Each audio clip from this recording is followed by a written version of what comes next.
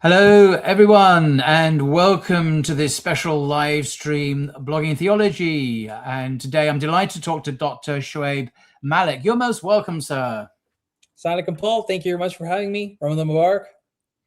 Yeah, and to you too. And this is an amazing time because we're going to talk. Yes.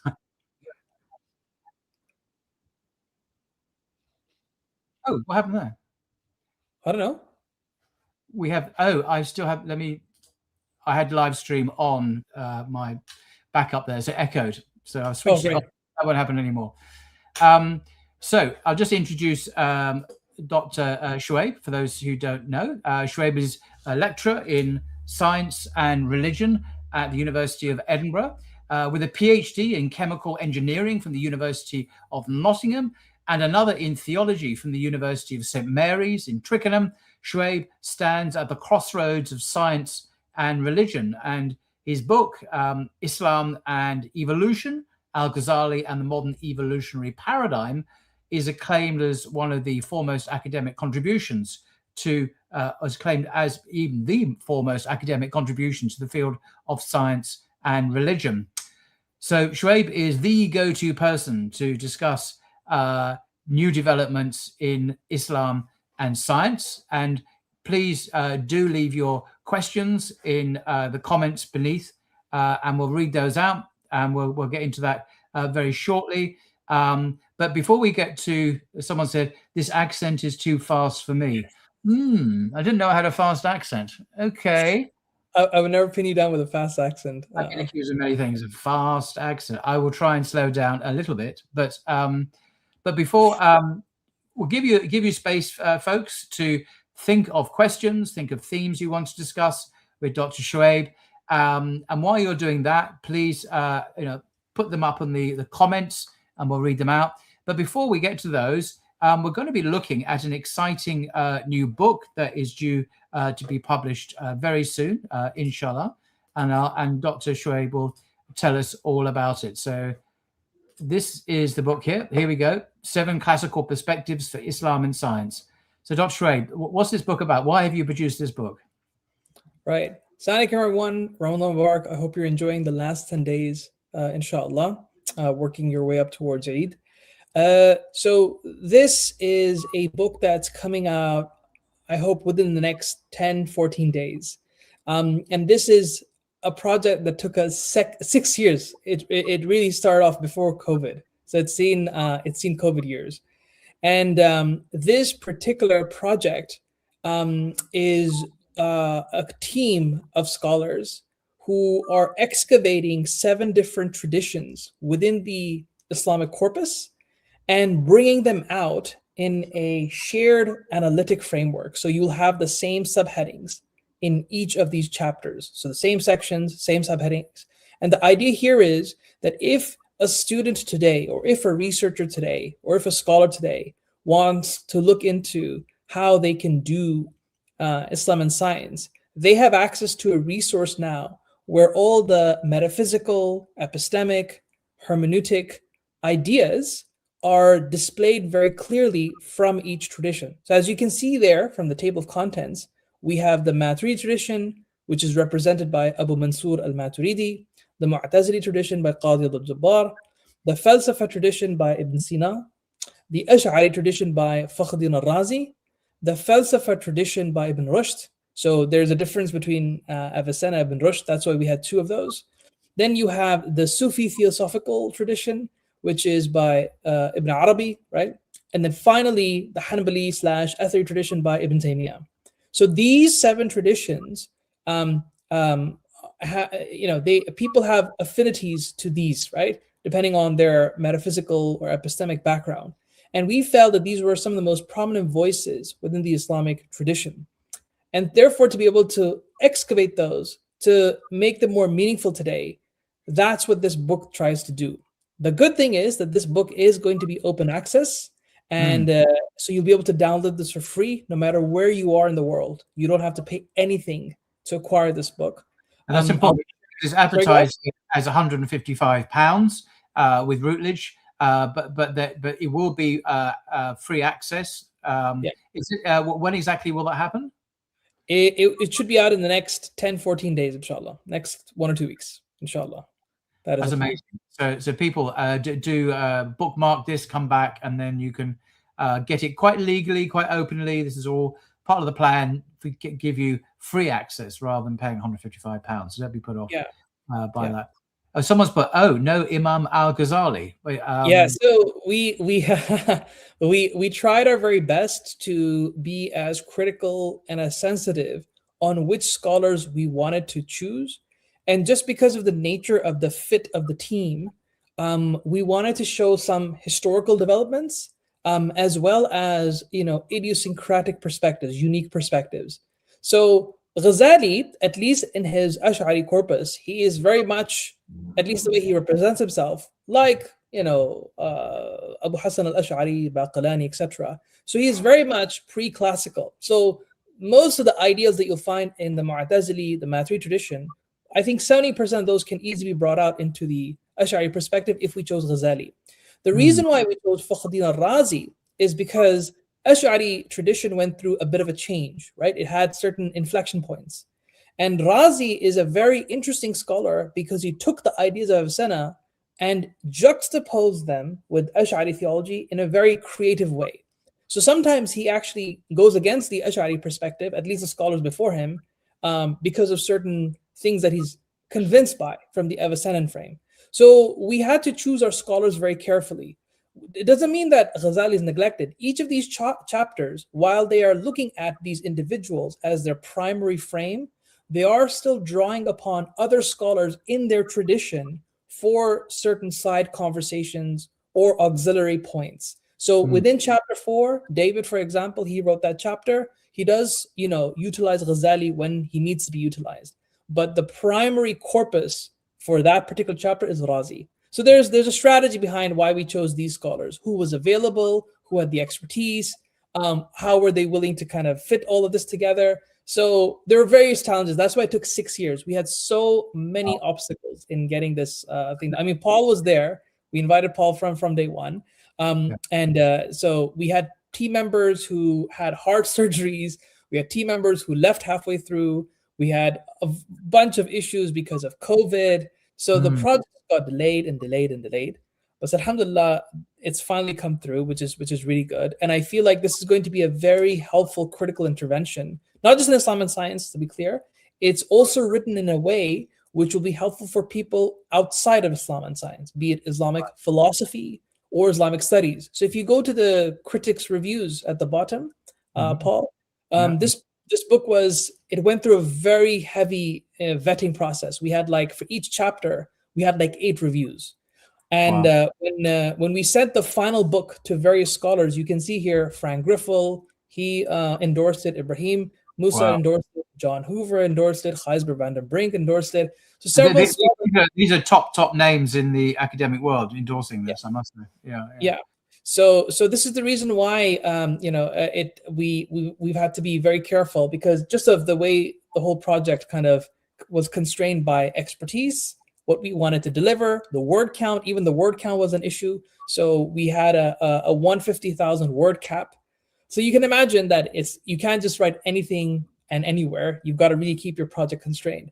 And this is what we could deliver. So we hope that this is a start of a conversation. It's a helpful resource.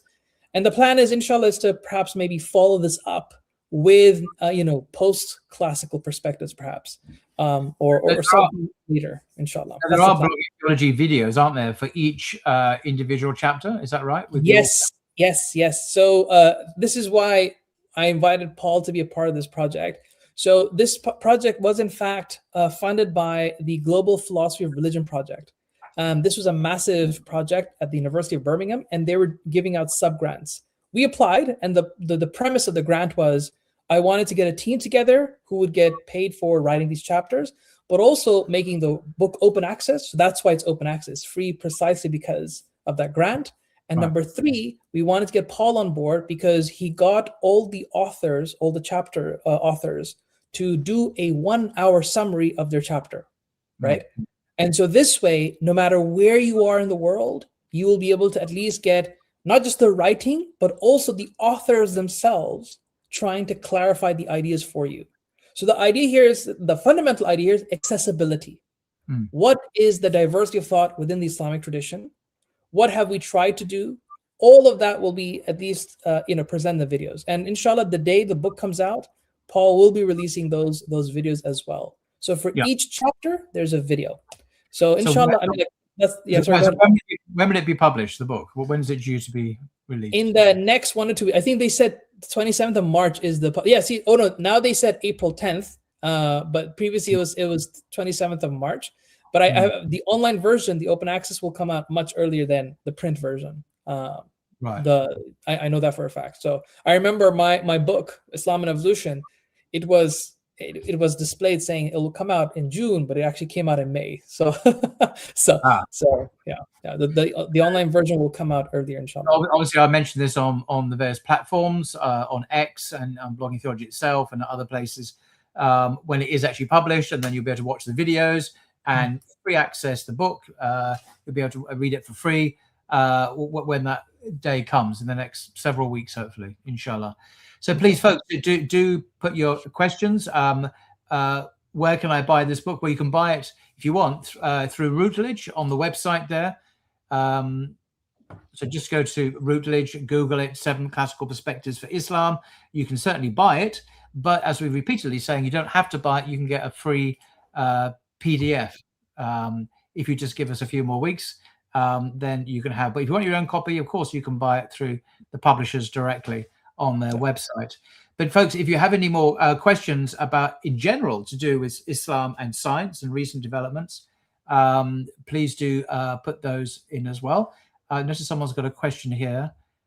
Could you talk about Ibn Taymiyyah's contribution to this discourse? He's characterized as a literalist, so you would presume he'd be nervous of scientific results that seem to contradict scripture.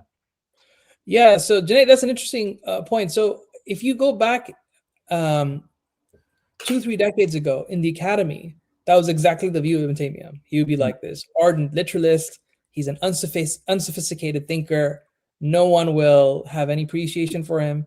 But alhamdulillah, in the last 20 years or so, particularly with the publication of John Hoover's work, Carl Sharif al-Tubgi's work. So Carl Sharif is one of the authors of the Ibn Taymiyyah chapter alongside Jamie Turner. And then more recently, Farid al-Tas, I think that's this is a German scholar. He wrote another work on Ibn Taymiyyah's philosophy of the names of Allah, the sifat of Allah. Tubgi is also translated recently into English. I have a copy on me. Yeah, from German to English, exactly. So I think that the situation has changed dramatically about Ibn Taymiyyah's corpus, right, and his assessments. People are now appreciating that this is actually a very interesting scholar, almost a philosopher, right? If you wanted to give him that label. So I think that people, sorry, go ahead, Paul. I was saying ironically, because he's famous for having criticized so-called Islamic philosophy, but he certainly had a very sophisticated philosophy. He knew all about epistemology and linguistics and everything. He was a polymath in many ways. Yeah. I would say so. So I think that you will find that his attitude, at least with respect to science, will be a lot more open than you anticipated, Junaid. Of course, none of these scholars, apart from maybe a few, are going to accept full-blown philosophical naturalism or ontological naturalism, that nature's all there is. None of these scholars will accept that. But where they do disagree will be on places like, for instance, whether the causal pathways in creation are complete or not. By that I mean, so are laws of nature fixed, right? Are there just things that we just do not understand when a miracle takes place? Or no, there are generally things such as miracles, and that's just what God, kind of localizes a change with respect to his habit. So those differences will be seen. So Ibn Rushd and Ibn Sina, for example, very well known for believing that there are complete causal pathways. And so therefore, they'll be very, very open to the idea that there are no interventions in nature or tinkerings in nature. Everything has a causal explanation. You could even theoretically have a scientific explanation. But maybe the Kalam scholars will say, no, when a miracle occurs, this is when God changes something radically. But this is why people like Ibn Sina seem to be so controversial, because what he seems to be holding something that is heretical, denying that God actually did miracles. I mean, the Quran mentions many miracles. done by God. And it seems to deny that in favor of a kind of philosophical naturalism almost that you described. Yeah. So you'll see those variations, Junaid, and I think you'll be able to appreciate Ibn Taymiyyah a lot more. So I was hesitant about getting Ibn Taymiyyah because I didn't know if this was going to be something that would be unique or not, but I think that it was a solid choice in getting him in this chapter. Oh yeah, No, I'm so pleased you did that. Someone's asking where in Pakistan can you get this book? Well, you can get it online like everyone else in the world, your free copy. But regarding purchasing it, I don't know. Do you have any insight into that, Shoaib? No. All I recommend is if you want to buy a physical copy, the bookshop that I know in Pakistan where they're really good at getting international copies is Said Book Bank in Islamabad. That's usually my go-to place, but I don't know of any other place. So sorry about that if that doesn't help. Okay. Yeah. Someone else is asking this question, Salam. How did Golden Age Muslims view the relationship between faith and scientific discovery? So what is the Golden Age? Start with. Right. So the Golden Age is this peak period where the Muslim world becomes very catalytic. It becomes very invested and interested in ideas such that people start paying for translations into Arabic from various parts of the world, whether it's in Greek, whether it's in Persian, whether it's in Hindi, to such an extent that they'll pay there are narrations that say that they'll pay the weight of the book in gold, right? So it was a huge incentive to learn about the world. There's a huge incentive to forge as well. I was going to say people could. Yeah. It wasn't just a passive tradition, right? It wasn't just a passive tradition. If you go back 150 years ago in the early 1900s, this is where you get these Oriental lenses where Muslims did not have anything substantive philosophically. Yeah. They didn't have much scientific production. These were a barbaric, backward civilization, and I think, thankfully, due to the credit of several scholars who have tried to reverse that narrative, I think the academy is in a much healthier space where it's now just status quo to say that Muslims have provided substantial contributions to science. Muslims have provided substantial contributions to philosophy. And if you say otherwise, it's as if you're completely out of the academic space. That's why you'll find these myths hanging around. For example, what Ghazali calls the decline of the Muslim world. This is utter rubbish. This is I still see that myth recycled on Twitter actually occasionally. It's around an urban myth. Yeah, you wouldn't be taken seriously at all in the academy if you said anything to that effect, right? So I would say that is really, I think, a no-brainer for the most part in many people's minds, at least today. So there's basically a revision against this Orientalist narrative. It's been questioned and robustly questioned. One really good book that I would recommend is by George Saliba. Let me just pick up the name. It's I think Making Saliba, and it's with MIT Press. Very, very interesting press. Islamic Science and the Making of the European Renaissance. I would recommend that. That's a very, very good book. And I would also, if I can, I think I'm at liberty to say this. There's a scholar, Omar Ankasi, and he has an upcoming monograph on Islamic astronomy, probably one of the most detailed monographs that'll be coming out into fruition, inshallah. That is a monograph to look forward to. He is this person is a very meticulous scholar, Omar Ankasi. So he's done a lot of manuscript work, and I think that will be a very interesting contribution. So I'd say that you have very positive attitudes about what Muslims have contributed towards. But I think there still needs to be a lot more work that needs to be done to be able to find those voices. Because you've got to bear in mind, a lot of this work is buried away in manuscripts, tucked away in libraries in different parts of the world. And it's not just Arabic manuscripts, right? You've got Persian manuscripts, you've got Indian manuscripts, right? You've got manuscripts in different languages. So I think that a lot of hard work still needs to be done to kind of excavate this. One of the reasons I think that we need to kind of do this work is so we can see the legacies of these scholars, which are still undiscovered. They're still not even indexed for some people. So I think historical work is still kind of an ongoing process. We have a conference at Edinburgh called ICE, which we do every year. And it's the theme of this year's conference is histories of Islam and science. Because at the moment, when you look at the history of Islam, it's mostly Arabic and Ottoman centric. But there are many histories, right? There are histories of Islam and science in Indonesia. There are histories of Islam and science in Malaysia, India, and Pakistan before partition, after the partition. Interestingly, there's even a history of Islam and science in the UK with Abdullah Quilliam, right? He had this magazine called The Crescent, and in there he talks about him teaching science in the masjid, and he had certain lessons that he went through, talk about evolution. So all of these things and voices need to be discovered. Just a few days ago, I was speaking to a prospective PhD student. There was one individual who found who has access to certain Persian manuscripts of an Afghani scholar, not Afghani, the Afghani, but a different Afghani scholar whose works have been unanalyzed. And he was part of this reformist movement like Abdu, so say Ahmed Khan. So I think all of these things need to be kind of unpacked. And I feel like the situation looks very exciting for the next 10, 20, 30 years for the field, inshallah. Absolutely. Okay, so next question. How do we reconcile angelic action in nature? We have natural processes and laws, but also hadith about angels being involved with the wind. How do we reconcile these explanations? So Junaid, I think that you've got to bear in mind that when we talk about angels being operational creation, it could very well be that God instrumentalizes or has certain intermediaries that are responsible for the metaphysics behind the scenes. Right? So, God being able to say angels are dictating or moving the winds, for example. But that doesn't mean that there's no scientific process behind that, right? So we could still acknowledge that angels could be pulling the strings behind the scenes. No problem about that.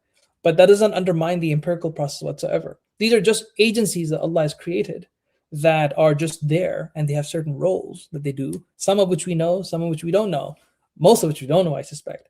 But I don't think that these are problematic.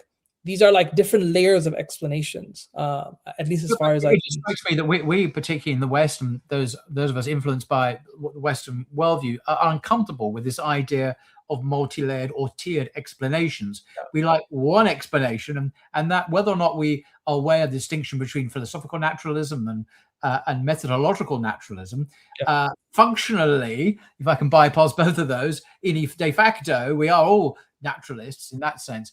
And so we were uneasy about even acknowledging the possibility of other unseen forces that are at work and that are the ultimate origins of the processes that we can look at scientifically.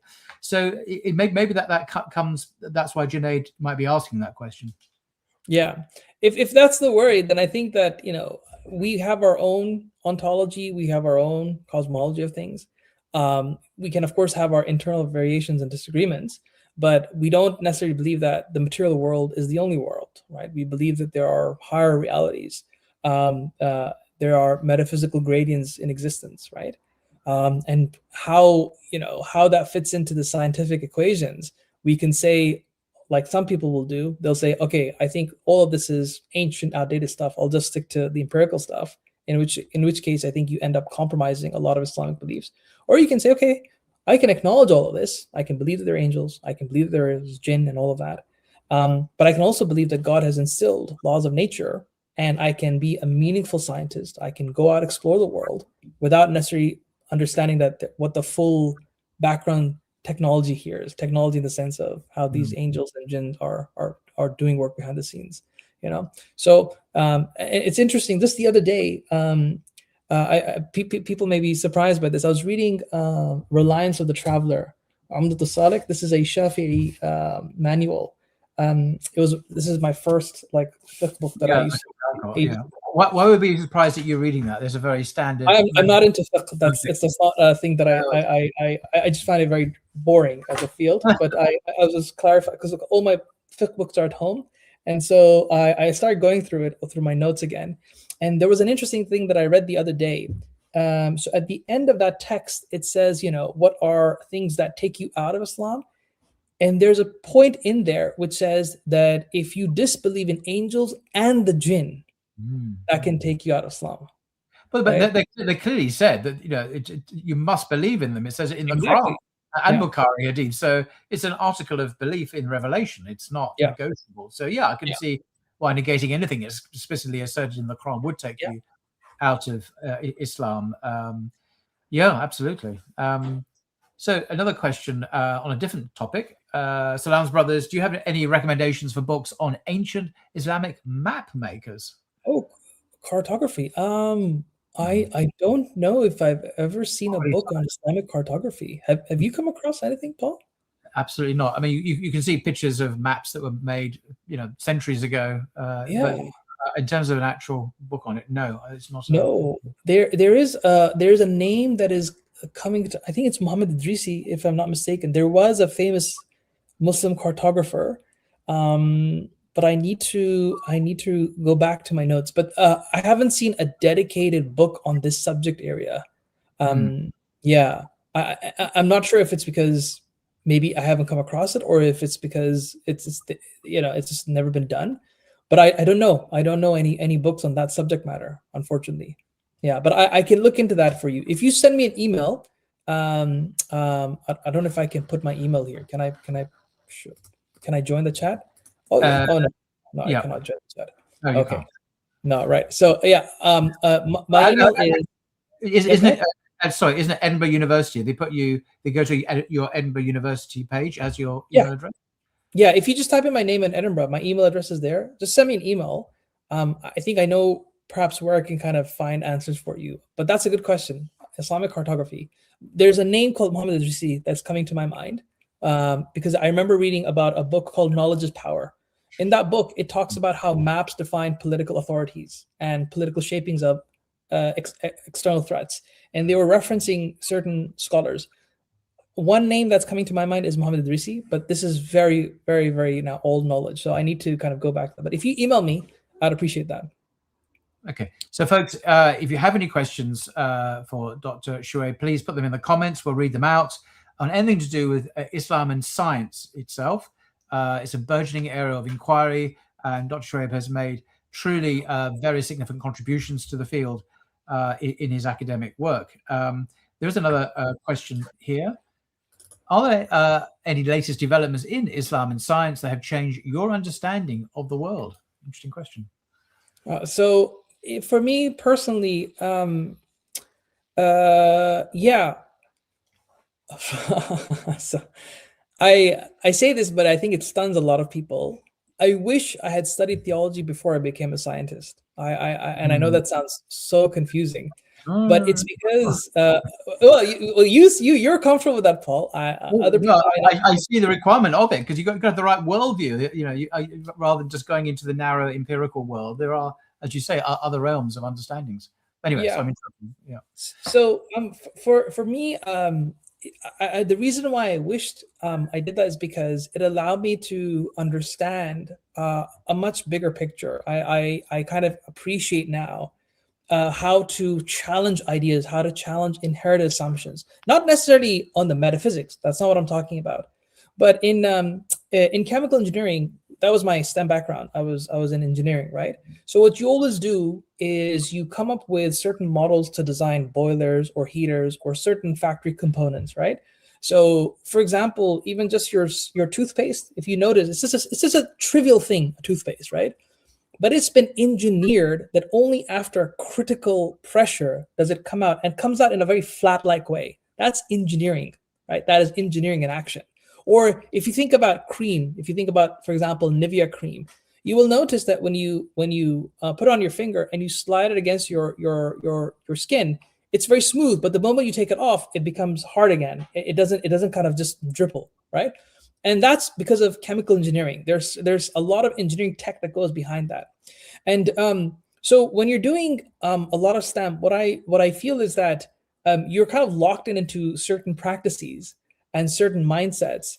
And I think the idea of being able to kind of take a step back, revise yourself, I got that a lot more so from doing theology, believe it or not. In my exploration with doing Islamic theology, one of the things that you consistently find is how the competing worldviews sharpen on what you think God can and cannot do, right?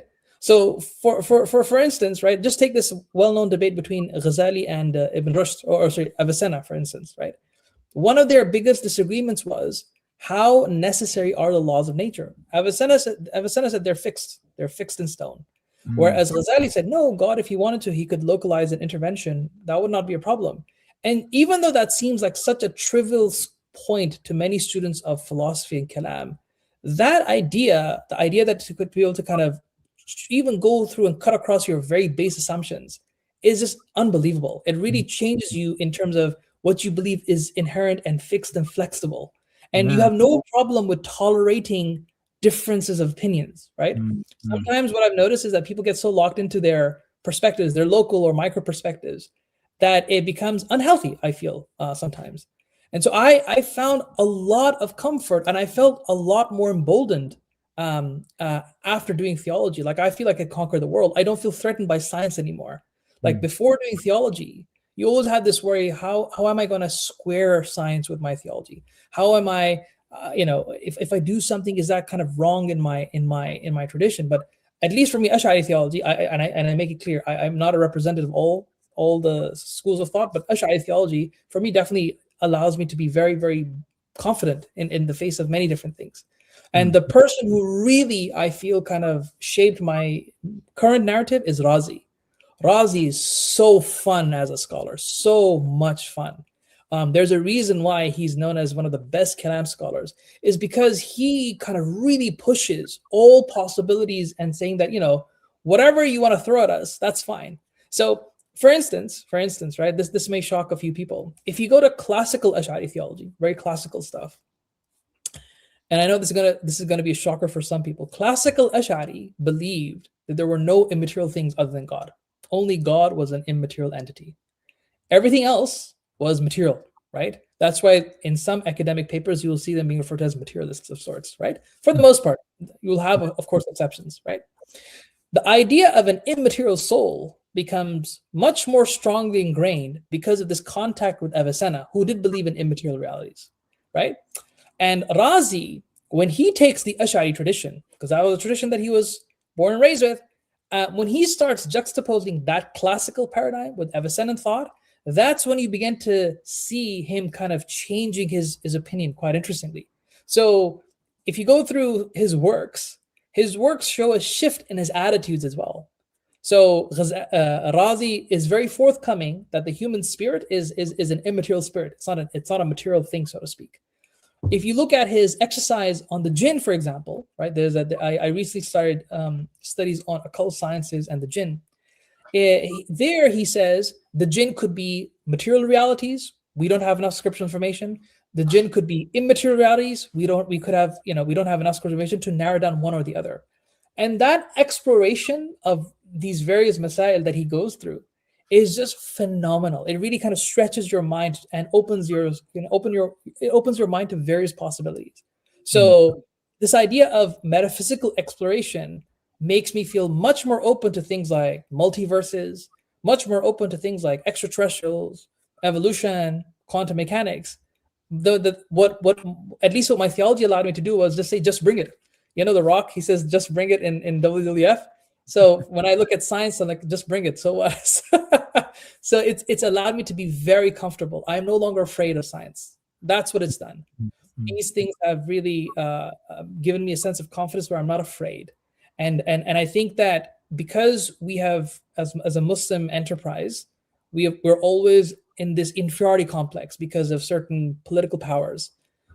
We always feel like we need to react. I don't think we need to be reactive to science. I think we need to be proactive with science. Take your theological systems and own it, rather than saying, we have to resist Western science, blah, blah, blah. That doesn't make sense anymore, right? An idea can still be tested regardless if it comes from the West or not. And, but I may push back slightly on that. There are those in the West, like Richard Dawkins, and he's not the only one, who argue strongly that their understanding of science is atheistic, and science is atheistic, right? By its very nature. So this is a direct challenge to not just Islam, but to all people of faith, whether it be Jewish or Christian or whatnot. So it's not like Western science as its practice is just completely friendly. There can be iterations of it which are explicitly hostile, albeit they may not be very mainstream, but they do exist and they're quite loud. Sure. Yeah, but I think that this is then no longer science. This is a debate about metaphysics. Absolutely. Right? This is not a debate about science. And but they think it is, though. Yes. That's my point. I agree with you, but they say no. The universe is just what it is empirically. That's a claim, but they dress it up as science. Yeah. But interestingly, in all my engagement with science and very high-tiered scientists, right? Like I remember I was able to spend 2 weeks with the president of the Royal Society of Genetics. He was a professor at the University of Bath. And he was one of the most humble scientists I've ever met. Like he said, we have certain things that we know quite solidly in evolution. Here are the gaps that we don't know, right? And I asked him, what did you make of Richard Dawkins' narrative? He's like, yeah, I don't think he does a good job because he creates unnecessary fuel that just creates unnecessary tensions between religious folks and scientists when it doesn't need to be there at all, right? And I find that kind of narrative very deflationary for people like Richard Dawkins. I think it's nice and spicy to draw up conflicts and to draw up tensions between religion and science, but I think that doesn't have much substance behind it philosophically. That's why I say the conversations need to go back to your theology, your metaphysics. It's not a debate about the science, it's a debate about the metaphysics. Exactly. So anyone who's joined late, we're talking today to Dr. Shoaib Malik, who's a lecturer in science and religion at the University of Edinburgh in Scotland. He's got a PhD in science from the University of St. Mary's, Twickenham, and a PhD in theology from the University of St. Mary's, and a PhD in engineering from the University of Nottingham. And we're here in part to answer questions, or he's here to answer questions about Islam and science. And I can see there's some questions and comments. I'll read them out in a second, but we're also here to discuss this new book that he has edited, 7 Classical Perspectives for Islam and Science, which is coming out soon, and it will be open access. In other words, it's free to download, although you can buy a hard copy for £155 if you want. And we've been discussing the table of contents here, the various chapters, looking at the whole question of Islam and science and various different Islamic traditions, the Maturidi, the Salah, the Mutazili. I know how to pronounce it. The first time I ever mispronounced it. The Ash'ari, the Falsafa, the Sufi, and the Hanbali/Athari tradition, otherwise known as Ibn Taymiyyah's contribution. Very, very interesting book indeed, if you want to look at the multiplicity of approaches to the whole question of the relationship between Islam and science. So please do put your questions as well in the comments, and I will go through them in order as they appeared. So the next one was this one. George Saliba challenged the idea that Islamic civilization only preserved Greek science instead of developing it. Yeah. So this is known as the passive reception thesis, right? That Muslims just passively held on to the Greek corpus, and then eventually made it so. So there's 2 translation movements, right? The first translation movement went from the Greeks to the Muslim world, where it's translated to Arabic. And then the second translation movement was when it went back into Western Europe, but it was translated into Latin, right? So these are the 2 main translation movements. The Orientalist narrative was that this was just a passive endeavor, like Muslims just received, held onto it, and then passed it over. There was no critical intervention, there was no critical debate. And that has been now completely challenged by contemporary historians. You find a lot of critical intervention, right? A lot of interesting discussions and developments by scientists, Nasir al-Din Tusi, for example, by Ghazali, by Avicenna. You get a lot of ownership there, right? Like if you go, there's a reason why I now appreciate this. There's a reason why Razi's tafsir, people say that it is nothing but tafsir, because it talks about every scientific knowledge of the day, every philosophical endeavor of the day, right? Like it's a casual verse about, for example, Allah's mercy, and he will bring in debates about Mu'tazila, about the philosopher, like he'll bring in whatever, right? Mm-hmm. So you definitely see a sense of ownership in that corpus. But like I said, there's a reason why this took a while to challenge. It's precisely because of these Orientalist narratives that became very deep-seated and deep-rooted in the academy. And I think a lot of good scholars of the past few decades have challenged that and have produced substantive works to be able to revise those wide-held assumptions. So I feel like this is no longer taken seriously. Muslims were definitely active conversation partners when it came to the Greek heritage. Like if even if you study like post-classical kalam, you cannot understand post-classical kalam unless you know Aristotle and Plato really well. Like they took several of the ideas of Aristotle and Plato, right, and morphed them into and appropriated them to whatever image that they wanted to, right? So you have some internal tensions, for example, right? You have people like E.G., who is a very, very critical of certain Aristotelian ideas. Others are not, for example, right? And this whole post-classical corpus becomes a range of debates on how much you want to inherit Aristotelian assumptions, Platonic assumptions. So it's definitely there. It's definitely very visible if you studied Kalam quite intensively, I feel. It's definitely there. Wonderful.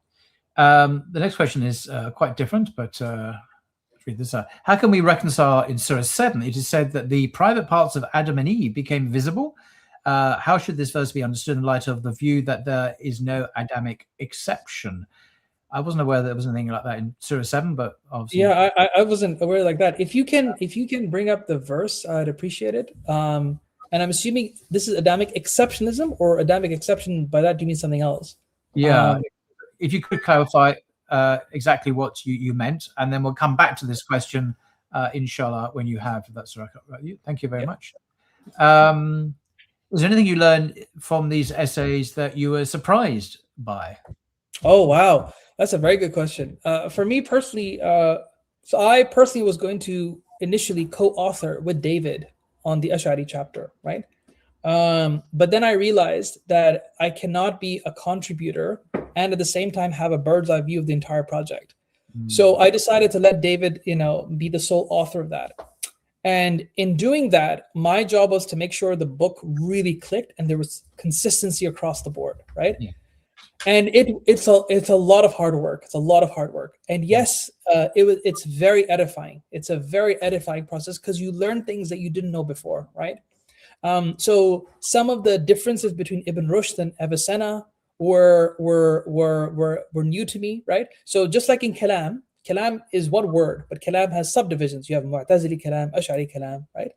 But just like that, and when we talk about falsafa is not just one homogeneous body. Falsafa has its, subdivisions as well. So one of the things that I started appreciating was the differences and distinctions between Ibn Rushd and Avicenna, for instance. So that was one thing. I got to know Ibn Arabi a lot more. So I started getting into Ibn Arabi about 3 years ago. And I got to know him a lot more through my engagement with the Safs chapter.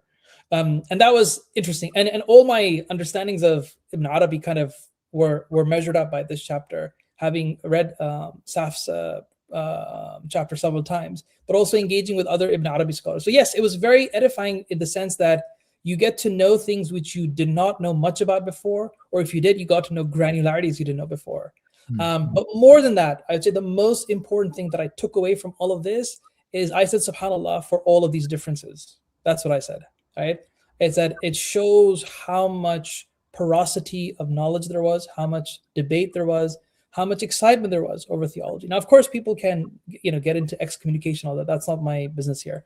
My point here is simply that what this book shows to me is that there is huge diversity. I'm not saying that, this opens the door to relativism, but it goes to show that there are very serious scholars who wrote down substantial works and whose works became very impressive upon the Muslim world. And to kind of appreciate that, to be able to sit and engage with those ideas is a very, very helpful process. That's what I learned more than anything, is to respect this diversity. Great answer. Thank you for that.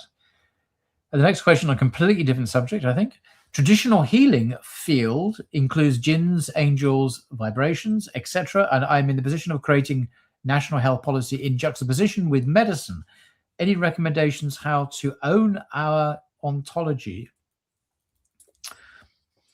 So I'm not involved with policy, and I'm not involved with medicine. So therefore, I cannot speak too confidently about either of those. But what I can say is this. One of the things that I've been looking into, so I've had 2 papers. One is already in print. This is a paper on the jinn. And the reason why I looked into the jinn is because I wanted to see how Razi viewed the jinn. And he has multiple positions, 3 of which he accepts, 2 of which he rejects. And then from there, I got into sihr, right? Which is usually translated as black magic, but it's just, let's just use sihr as the word itself. And again, how Razi views sihr. Now, the question that I am getting into because of these 2 background inquiries, one is to do with this notion of jinn and insan interbreeding. That's a well-known conversation that I'm tapping into.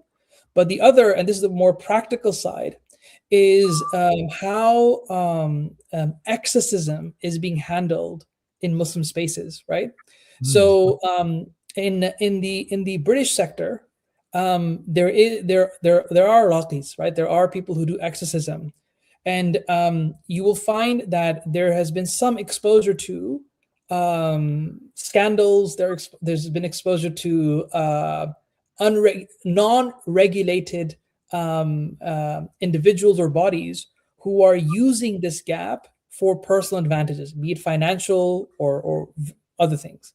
And so there's a reason why now exorcism has gotten a lot of interest, because exorcism is considered a valid procedure, both in Islam and Christianity. So there's a movie that I recommend you guys watch. It's called The Pope's Exorcism. It's with Russell Crowe in there. That movie, from what I was told, was done in consultation with the Catholic Church, right? Yeah. And so jinn possession and jinn exorcism has been of great interest for me, precisely because how do we as a community handle that? Where are the checks and balances that we do to make sure that people are not abused in this process? So some of the stories that you get, for example, are individual young children who get abused because one person said they can do ruqya, they get them to do all kinds of things, and it becomes very scandalous at the end of the day. So I'm interested in that aspect, more the practical side. I'm not a faqih. I'm not into that in of itself. But I'm just saying that's what I'm kind of personally looking into. But in terms of policy making, I don't know. I'm not a policy maker. Medicine is not my area. But I'm just telling you how my own trajectory has worked towards this. Okay, thank you. Now, coming back to this question, Mohammed has responded. So the initial question was, how can we reconcile Surah 7, where it is said the private parts of Adam and Eve became visible? How should this verse be understood in light of the view that there is no Adamic exception? And then there's a further follow-up. Thank you for that. So this is verse 22. Now I'm looking here at Abdul Halim's English translation, which is the gold standard English translation, certainly in the academy. And I'll come to what he says in a sec, but let's just read what we've been given. So he lured them with deceit, and when they tasted the tree, their nakedness became evident to them, and they began covering themselves with the leaves of the garden. So Halim has verse 22. He lured them with lies. Their nakedness became exposed to them. When they had eaten from the tree, they began to put together leaves from the garden to cover themselves. Now, the point about verse 20, it says, Satan whispered to them so as to expose their nakedness. There's a note here by Abdul Halim, conventionally translated as private parts, but the Arabic does not necessarily have this meaning. So when that expression private parts was mentioned in the first comment here, that's what he was referring to, but not one that Abdul Halim, professor at SOAS of the Quran, obviously, says is actually has to have that meaning in the Arabic. So to go back to now we have a complete picture, perhaps, to go back to the initial question, how do we reconcile this passage in Surah 7? How could the verse be understood in the light of the view that there is no Adamic exception? I assume that means, I mean, this word exception is a technical term in your work, but maybe he means that, you know, Adam and Eve didn't exist. I mean, this is the idea of Darwinian evolution of human beings. You know, right. That's how I read it, but I don't know. So the way I'm reading your question, and you can correct me if I'm wrong, is that you're asking me how does this event, this waqa, contradict the notion of Adamic exceptionalism. I think that's how I'm taking this. Okay. Right? That's how I'm reading. And if I'm reading it wrong, please clarify this for me, Sidi Muhammad. So Adamic exceptionalism is the simple thesis that there could have been other hominins alongside Adam alayhi salam, Hawa alayhi salam, no problem, right? And then later down the line, their descendants could have interbred. I don't see how this at all contradicts that narrative at all. Like, what would that have to do with that possibility? It doesn't really tie into a contradiction in my mind.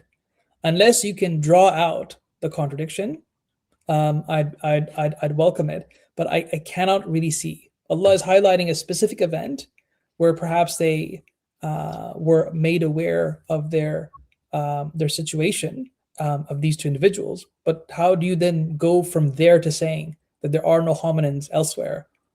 I don't quite get that. It could just be a local episode that that Allah is really clear. Do you see my point? So I don't quite get how this would contradict Adamic exceptionalism. All right. So Mohammed, if you could just clarify further what exactly the problem is for Dr. Shoaib, that would be very helpful. Thank you very much. Okay. The next question, what are your thoughts about the Hellenic traditions? I understand that the Hellenic Greek thought influenced Islam much. Muslims borrowed some Hellenic Greek perspective when it's convenient and not. I would say that you will find differentiated approaches. There's no like one appropriation. There's no like one influence. Kalam scholars, for example, were very happy to taking on Aristotelian logic. They questioned the metaphysics, of course. Avicenna, Farabi had no problem with even the metaphysics of Aristotle, right? And there's a well-known thing that everything in philosophy is like a footnote to Aristotle and Plato. And I think that you'll find a large portion of Islamic theology is that a lot of the debates that ensue later down the line is debates about how much should Platonic and Aristotelian assumptions take shape within Islamic theology and philosophy. So I think that they definitely borrowed without a doubt, but I don't think there's this one mode of reception or one mode of inheritance. I think each school takes according to how they feel based on their dispositions. So yeah, so I think that the Hellenic traditions are in of themselves, they were the corpus to go to at the time. You've got to remember, right? So Aristotle and Plato affected not just the Muslim world, they impacted the Christian world, they also impacted the Jewish world, right? These were the main go-to sources. If you wanted to know about the knowledge of the day, these were like the main reference books, the main textbooks. So naturally, they had to be consulted. But I don't think that this was an uncritical reception. And I don't think it was a homogeneous reception. I think the reception was very varied, depending on the tradition that engaged with it. Lovely, good. Completely different subject, really. Do you see philosophy of mathematics, according to Islam, as an interesting field of development? And what might it look like? Yeah, so I'm not in this space myself, Junaid. Let me first start off with a broader question. Mathematics is part of a group of objects known as abstract objects, right? And there have been discussions about what is the relation of abstract objects and God. So to understand and appreciate why this question is important, compare this to physical things. So I have a pen, I have, this mouse, right? I have books behind me. All of these are contingent, right? They could not have existed if Allah did not want them to exist, right? So they have this inherent contingency. Now, if you go to mathematics, for instance, 1 + 1 is necessarily 2, right? There's no ifs or buts about it. It is necessarily 2, right? So now the question is, what is the ontological standing of this mathematical relationship? Exactly. Is it as contingent as all this physical existence around me, or does it exist on a different layer, so to speak? And so here you get into interesting discussions related to, for example, the Platonic forms in relation to God's knowledge and all of that. And that's the space where all this becomes super exciting for me, right? It's what is the question of abstract objects? What is the relation of abstract objects in relation to God? That is an area that I think is ripe for the taking. I don't think anyone has owned this space as of yet. In my circle, the people that I am engaged with, the only people who I've seen are interested in this space, one is Muhammad Saleh Zaripur, who is a philosopher at Manchester University, though I think he does philosophy of mathematics, qua philosophy of mathematics, not necessarily in relation to God, so to speak. But I think you can easily kind of take those entanglements up there. And the other person who is interested in this space, but I don't think he's written much about this, Ramon Harvey. Though he also has an interest in the philosophy of mathematics. Ramon Harvey is at the Cambridge Muslim College where he teaches. Yes, he's at Cambridge Muslim College, a senior lecturer. He's also the series editor of Edinburgh University Press's philosophy and Islamic theology series, if I remember correctly. Yeah. So yeah, but I don't think much work. At least I haven't seen much work in this space. But those are the questions that I think could be of significant interest. So there's a book by Edward Fieser called 5 Proofs for God's Existence. Yes. In there, and I think it's the 3rd proof, if I remember correctly. Not the Thomistic proof. I think it's called the Platonic proof, wherein he takes abstract objects and uses that to at least argue for God's existence in one way of sorts. And it's part of my own academy. And in there, we have the same questions that emerge from our students. Has there been anything like this done in our tradition? And I think those are things that need to be excavated. Particularly the Akbarian worldview, they get very glued up with Platonic forms and all of that. And I'm very, very positive that this can intersect with those conversations, Jay. But I haven't seen much, but definitely ripe for the taking. Are you okay to tackle a few more questions, right? Yeah. I'm open. Yeah, for sure. Here we go. How do you personally tell the difference between a scary new technology and a future medical blessing? Oh wow, what a great question, subhanallah. I don't think we'll ever be able to truly know. I can say just based off of experience, right? So this is a piece of kit that completely transformed the years from when I was a teenager to a man, right? This was thrusted upon us. We didn't have a choice with mobile phones. Everyone now has a mobile phone, right? Now, there are good things with a mobile phone, but there are also bad things with a mobile phone, right? Good things are I can talk to Paul anytime I want. He's accessible, right? Yeah. So many people are accessible just through WhatsApp, for example. Knowledge is much more accessible, right? But what is the downside of this? And here, Sayyid Hussein Nasr, he has some interesting points in one of his works. He takes this example to say that the fundamental purpose of human beings is to worship Allah, right? Is to be obedient worshipers to Allah. And then there are things that are going to help you with that. There are things that are neutral with respect to that. And there are things that will distract you from that. This has great potential, unless trained, unless, catered for. This has great potential to distract you. Great, right? So this idea of zombie scrolling, right? That's a thing. Muslim or not, that's a thing, right?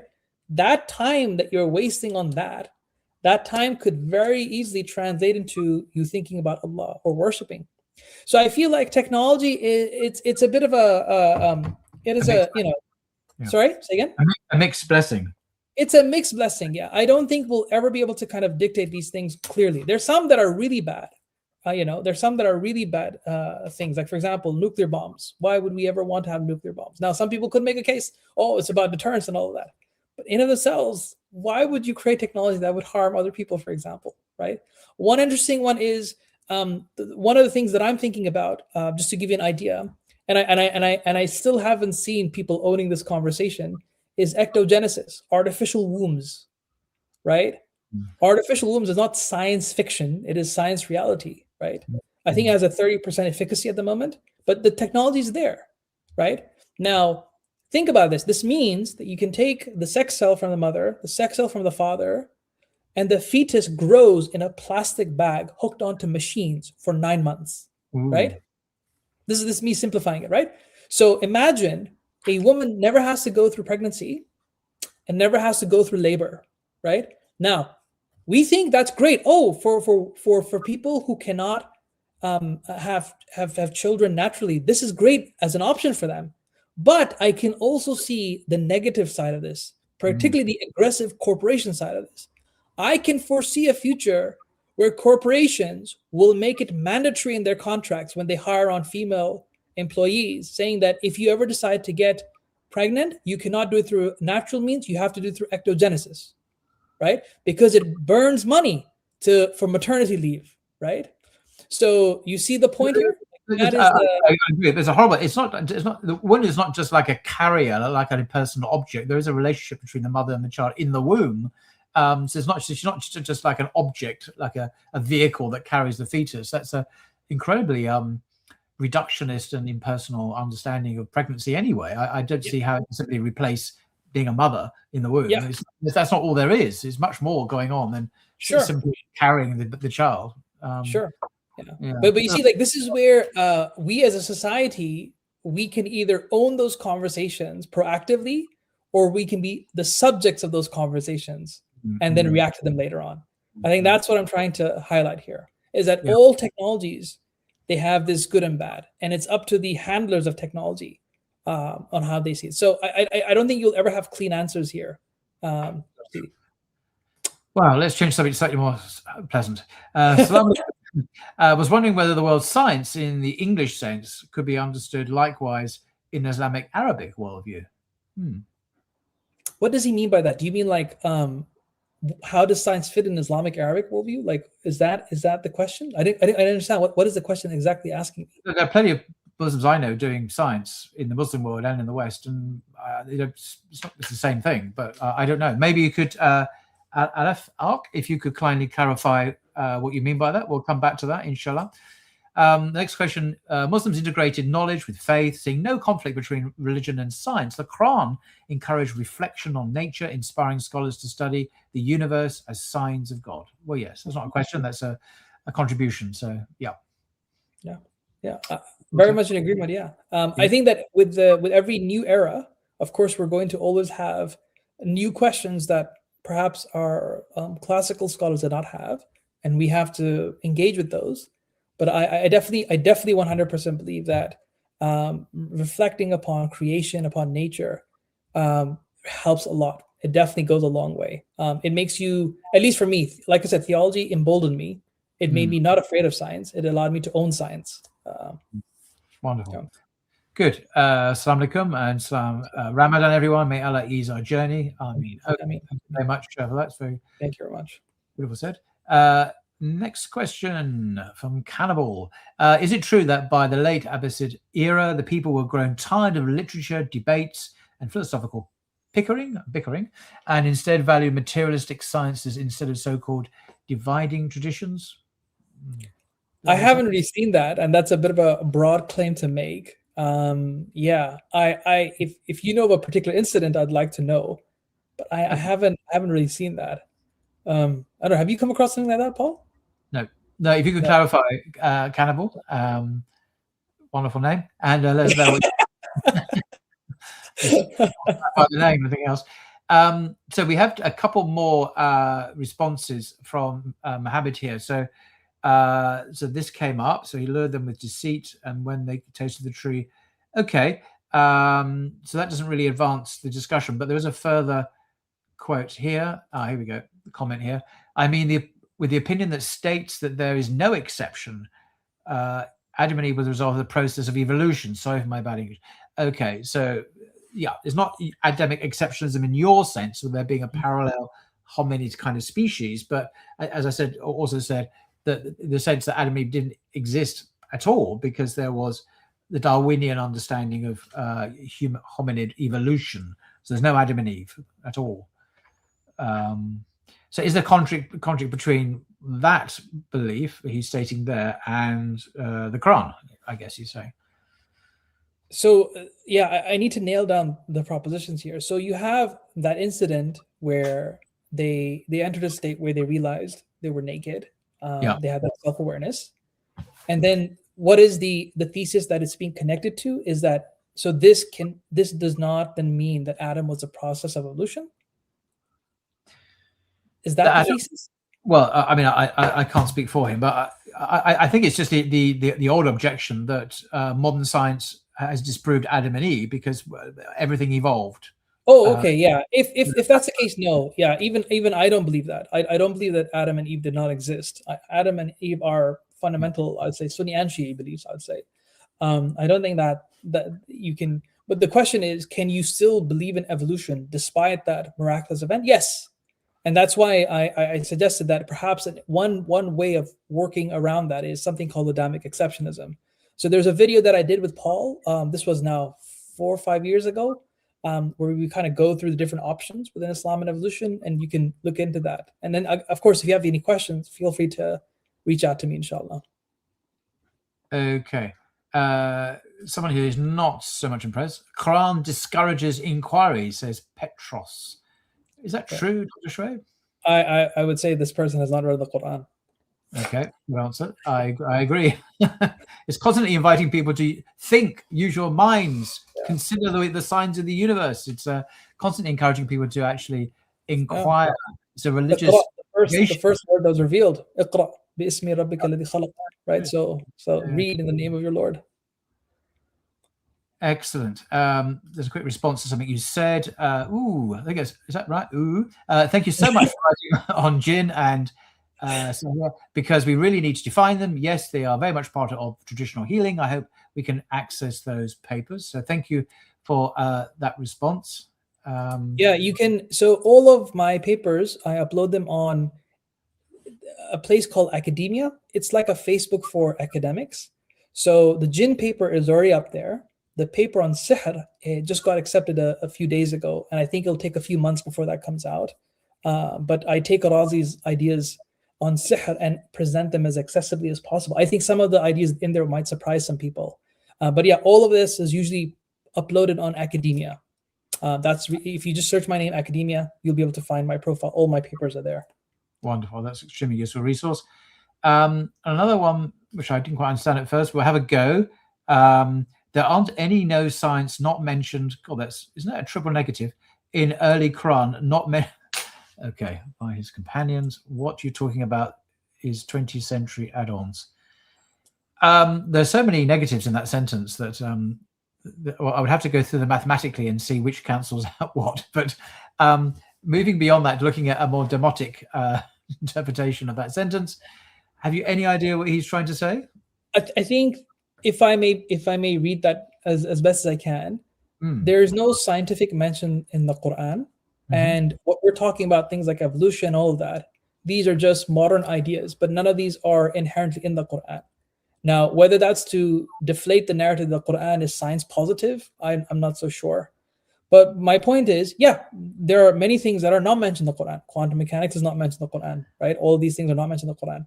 But the point of Islam and science as a field is to actually do the hard work in saying, are these things problematic or not? And this is why the field of Islam and science at least is alive, because it allows a space for people looking into things like evolution, things like ectogenesis, to see how they can be looked at from Islamic lenses, right? Some of these might be very trivial, right? Some of these are non-problematic. For example, the periodic table, no Muslim has a problem with the periodic table.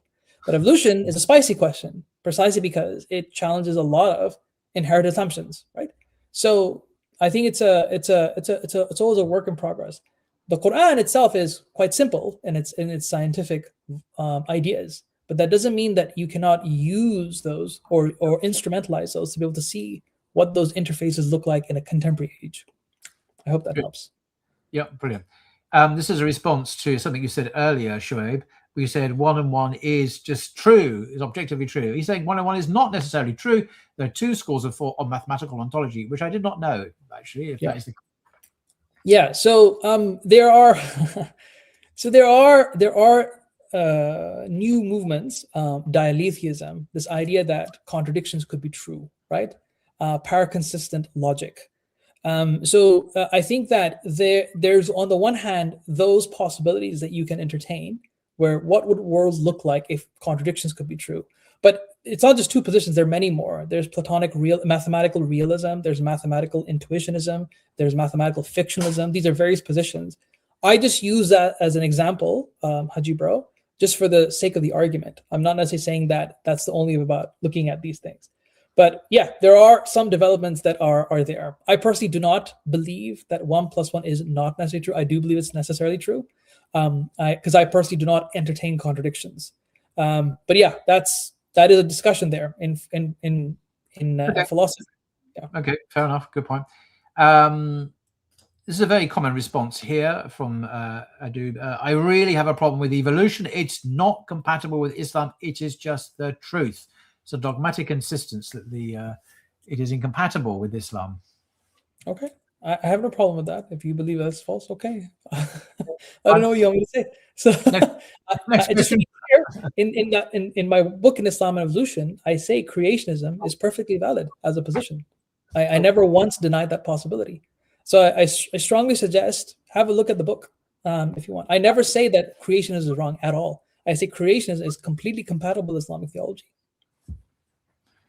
Okay, that's very interesting. The next, oh, sorry, I meant to put up the next one. Here we go. Platonism views mathematical objects as real, independent abstracts. It's true. Nominalism treats them as human constructs or fictions without ontological.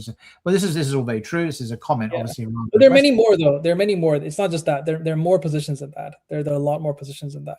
It's not just those two. There's more than that. Yeah. Excellent. Next, sometimes it happens, some mutation, for example, to protect us from something like paludism, I don't know what that is, but we discover it also has negative consequences like kidney failure. Why God allow this? Paludism, do you know about that? I don't know what paludism is, but this is the same person who said that they have a problem with evolution. My advice would be to just It is. Yeah. My advice would be simply just have a look at the book, and because it's your metaphysics that's more important. That's why when I talk about Islam and science, particularly when we're talking about beliefs, my first question to you is, what is your madhab? Are you Ash'ari? Are you Maturidi? And then from there, we can then have a chat about whether you feel this is problematic or not. I strongly recommend have a read of the book. And then if there's specific points in there you disagree with, I'd like to know. Please reach out to me. I'd be very open to that conversation. So just to be clear, this book we're looking at, 7 Classical Perspectives for Islam and Science, will be freely available, open access it's called, in the coming days or a few weeks. If you want your own physical copy, it will cost you £155, but you can get a free one downloaded. This will happen soon when the book is officially published. Perhaps it says item will ship after April the 10th. Maybe April the 10th is the date that you'll be available, which is in a month's time, maybe. But yeah, you don't have to purchase a copy. Next point, in relation to Tawfiq's earlier point, why do you think the Muslim contributions to science have waned so much other than colonialism? So are there other factors other than colonialism that cause the alleged waning of Muslim science or contributions to science? Yeah, so I think I've seen a variety of reasons for what caused relative decline, not absolute decline, if you want to use that terminology. So one is that the Crusaders took on a huge economic hit in the Muslim world. That is a plausible explanation. Some people say internal sectarian divisions that may have caused an issue. But colonialism seems to be, I think, the more robust answer here, because through colonialism, what it does is that it strips you off of your language, your sources, your identity, your ideas, your worldview, right? And that's why there's to some extent, I feel like we're playing catch up precisely because we've lost the legs that we stand upon. So the fact that, for example, the very fact that we have now this major rift between the madrasa and the university, that's I feel a long-term consequence of colonialism. Because when colonizers came into the Muslim world, they set up their own institutions. For example, a very famous university today is American University of Beirut. It was a Syrian Protestant college in its inception, right? That's its origin, right? And so when you set up these institutions, of course, parents now, when they're thinking about where to send their kids, previously with the madrasa, that's where you kind of engage with the latest ideas and all that. But now you've introduced a rival setup where, of course, if you don't send your kids there to the university and the schools, then they won't have jobs, right? So this rifting starts, and that's why we're in an interesting world where we see where people are very clued up about physics, chemistry, biology on the one hand, but then have no idea how to speak to the Islamic tradition, and then vice versa, right? I think that rift is the long-term impact of colonization. Now, thankfully, there are many people who have their feet in both, right? So, for example, you have Mansour Ali. He's a colleague at Cardiff. He's a madrasa graduate, right? Studied at Al-Azhar. He's a hadith specialist and does a lot of stuff in Islamic bioethics. Muhammad Ghali, Hamad bin Khalifa University, right? Does an amazing amount of work in the bioethics. Asim Padela from the States, for example, right? So, and Rafaqat Rashid, the CEO of Al-Balagh Academy, These are really, really rare individuals who have their feet in both. They can speak on both sides, right? And this is what I think the field of Islam and science is trying to do. It's what Asim calls bridge building. It's bridge building, bridges that were supposed to be there, but were not because of, I think, the long-term impact of colonization. And I hope that, at least in my opinion, in the next 10, 20, 30 years, I hope to see that there are hundreds of more scholars that are able to kind of sink their teeth into various conversations.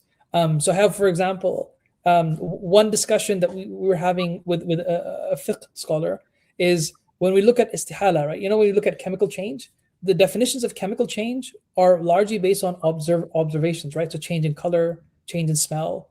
But now, because of chemistry, right, we're able to kind of assess now at the atomic level. So why are we not doing fiqh at the atomic level? So we were having conversations there if that could be a thing that could be developed, yes or no. So I feel like a lot of this discussion, a lot of these places are open for grabs. And I really hope that we have development in infrastructure, because infrastructure is lost, a development in accessibility, and development in training. These are the three things that are needed to overcome these divides. I feel like the more people we have that are able to speak on both terms is healthier for the Muslim mindset and the Muslim spaces. Amazing. You okay to continue asking some more questions? Yeah, I'm good. I'm good, yeah. Okay, another philosophical question here. How does Ibn Sina reconcile the necessary existence, a temporal emanation, with the eternal dependence of contingent things over against the Ash'ari objections to denying temporal creation ex nihilo? I had to read that sentence a couple of times before I understood it, but there's definitely a point in there. Yeah. So I'm not sure if Haji Bro is the name, but I'll go with that. So there are two cosmological proofs for God's existence. There's something called the contingency argument, right? And the contingency argument just starts off, is something possible? It doesn't make any claims about its temporality, right? And with the contingency argument, you can prove God's existence regardless if there was a T0, a first moment in time or not. You can do that. Contingency does not require a T0, right? That's the proof that Avicenna relied upon. The Ash'aris, however, did not rely upon the contingency, strictly speaking. They relied on Dalil Huduth, the Kalam cosmological argument, which is now very popular today because of its resurrection from the corpus by William Lane Craig. The Kalam scholars, for the most part, they believed that there must be a T0, and that's why there should be a necessary being that follows from there. When you look at post-classical scholars, you find now, for example, in Razi, they are less convinced by the Ash'ari proof, the Kalam cosmological argument. Razi was less certain about if you can definitively prove there could be a T0. That's why in his corpus, Al-Matalib al-Aliya, for example, Ma'alim Usul al-Din, for example, Al-Arba'in, for example, he puts the contingency argument over and above Dalil Huduth, right? He does that for a reason.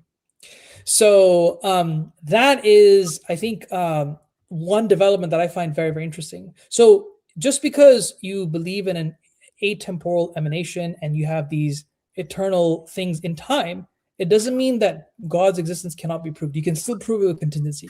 Contingency can start regardless of your notions of time. Haji Bro. Wow. I hope that's clear. Good. You mentioned William Lane Craig. The next question says, should Muslims use Christians' work to prove the existence of God? For example, William Lane Craig, who ironically does use an Islamic argument anyway. Yeah. So I think that there's no.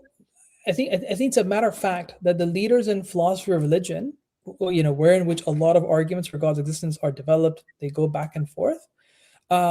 These are being led by Christian philosophers, right? There's no denying that, right? So are they providing very interesting developments in the space? 100%. And I think Muslims, should they want to utilize that, they should. However, this should not be done in the absence of one's theology, right? So I think at least have familiarity with what are the Islamic traditions, how have they gone about proving God's existence, how have they gone about looking at the cosmological arguments or the design arguments, etc., etc. So I think that you can definitely do that. I use Christian corpus all the time. I don't have a problem with that. But I definitely understand where some of those strengths are, at least in light of my own theological tradition, Zakaria. Okay. I hope that's helpful. Thank you.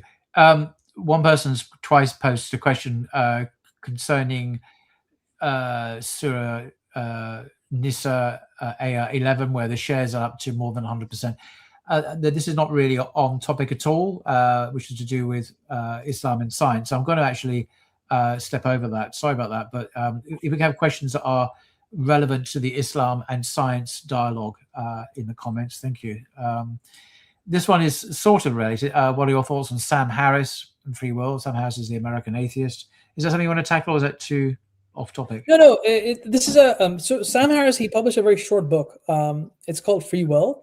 And he used basically Bernard Libet's experiment to suggest that everything is predetermined on the material level. So we actually decide our things before we manifest that action. And he jumps from there that, everything is predetermined. There's a lot of pushback against that narrative, Zakaria, a lot. There's an edited volume called Philosophical Foundations of Neuroscience. It has 2 editions. I recommend get the 2nd edition. And I think that gives much more nuance to the conversation. So that would be my suggestion there. I don't necessarily buy in physical determinism, No. Zakaria. Okay, thank you. Professor Syed Al-Attas sadly recently passed away just a few days ago. Did he play a significant role in your work? Yes. So I have immense respect for Sayyid Naqib al-Abbas. May Allah put him in the highest ranks of Jannah, inshallah. He's done his khidmah for the Muslim world. Where I disagree with his personal worldview, but where I benefited a lot from his works is his book on Islam and secularism, which is, I think, where most of us started with his corpus. That was, I think, the first time I kind of engaged a vocabulary or vernacular where I kind of started becoming self-aware and reflexive of dominant or hegemonic assumptions, which may not necessarily be conducive to the Islamic worldview, right? That's when I really started paying attention to ideas and how they manifest themselves into civilizational building blocks. So I definitely owe a lot of credit to Naqib al-Abbas there, 100%. But did he play a significant role in my day-to-day work, Islam and science? No, not really. As a person, yes, a lot. But in Islam and science, I don't espouse the same worldview, so to speak, as Naqib al-Abbas. Okay.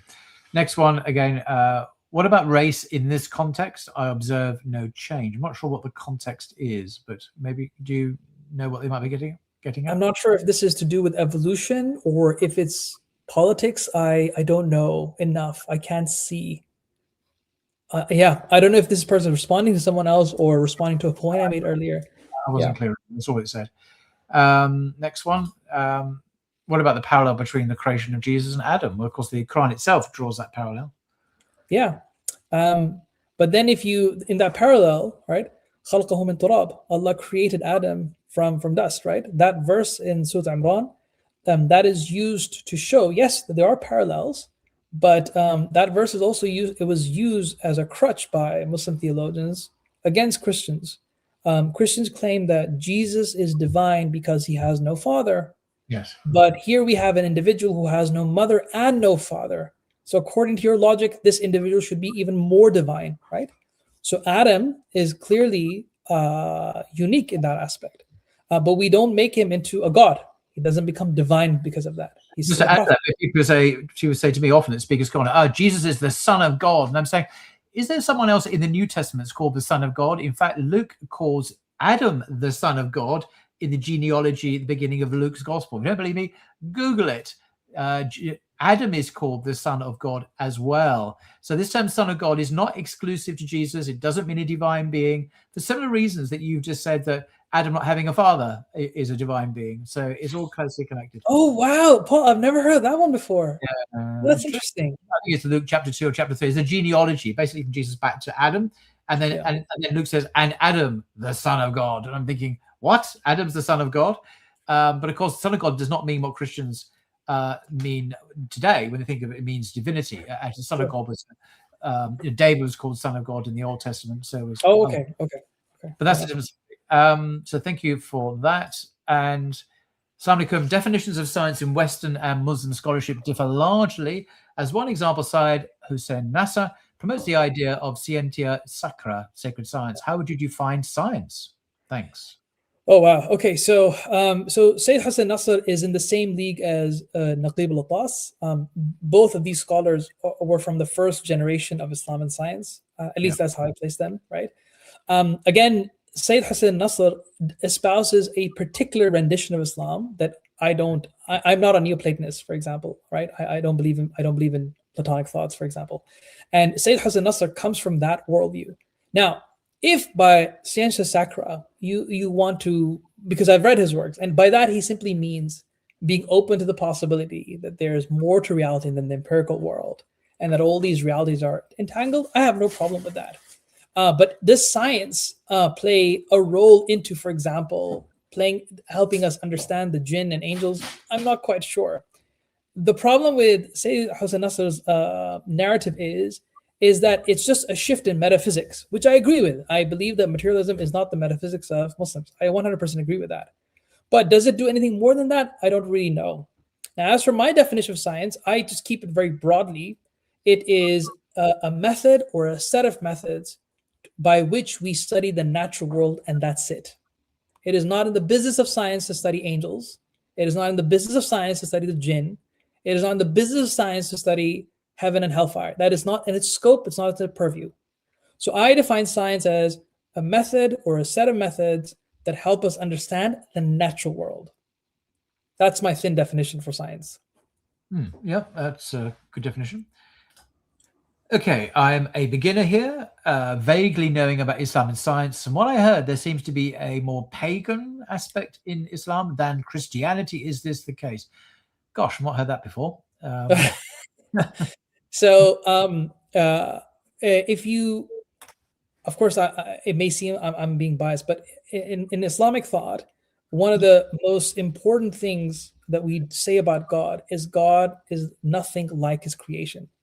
There is no materiality to him. There is no division within him. There's no composition with him. He's not a temporal entity. He's not a material entity. And so the idea that there's paganism within Islamic thought, I don't quite understand where that comes from. Now, somebody could make the case, because Muslims line up towards Mecca, this little cube in Saudi Arabia, people think that that's a form of paganism. That's just a designation spot. God chose that spot. Align your prayers that direction. But that in of itself is not our God. That is just a point of signal. So if you kind of read Islam holistically, there's a very clear emphasis that God is nothing like his creation whatsoever. He doesn't come in the form of a sun. He doesn't come in the form of matter. So I would say that it's very anti-pagan in its nature. It completely sanctifies God. The complete antithesis of paganism, in my view. But, yeah, complete antithesis. Yeah. In my view, someone has written, algorithm is the contribution of Muslims. Of course, the etymology of the word algorithm is interesting, isn't it? Yeah. So I think this is referring to Al-Jabr, the guy who came up with algebra. So if you're referring to it in that sense, yeah, I wouldn't have a problem. It has a historical root, no problem there.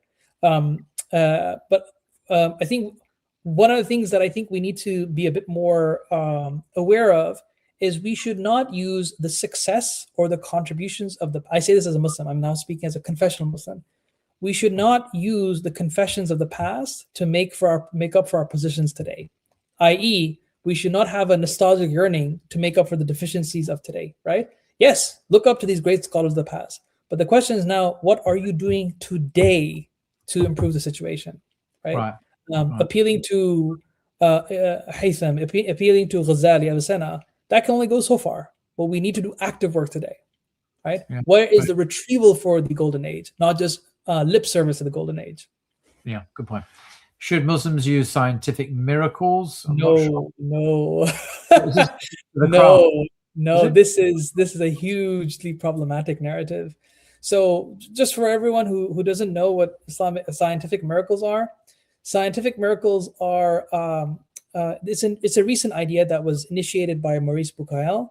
And the whole idea of scientific miracles is there are many modern developments in science. The Quran anticipated those. Therefore, this proves that the Quran is divine in some shape or form, right? So, for example, the Quran talks about the atom, the Quran talks about Big Bang, and on and on and on. And so is that something that should be used by Muslims? And my answer is no. This is a very dangerous narrative, very dangerous narrative. The reason why it's dangerous is because it latches onto a lot of terms that are ambiguous. You can kind of stretch them or thin them down to make your narrative, right?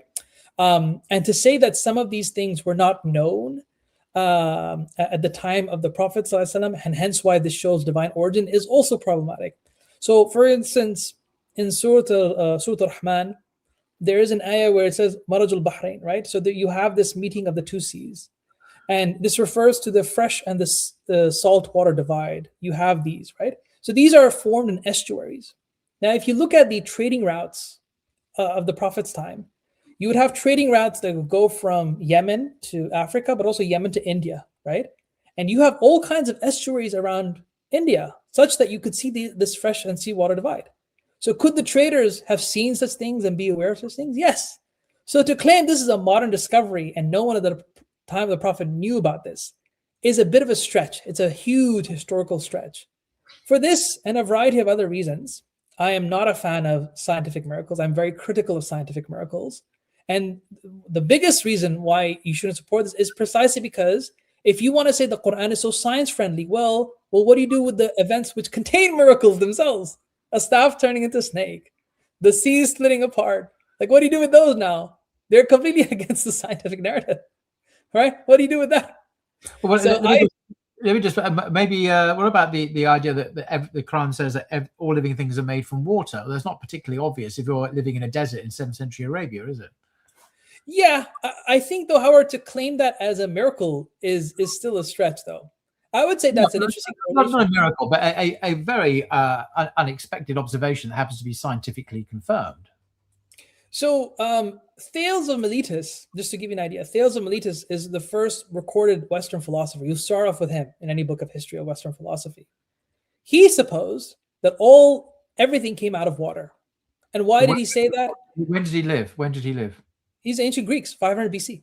Right. But again, that would mean Muhammad would have to know about ancient Greek philosophy. Yeah. But the point is that somebody entertained that, like Thales of Miletus' ideas were put down in paper, right? Mm-hmm. And his reason was very straightforward, given his motive of inquiry.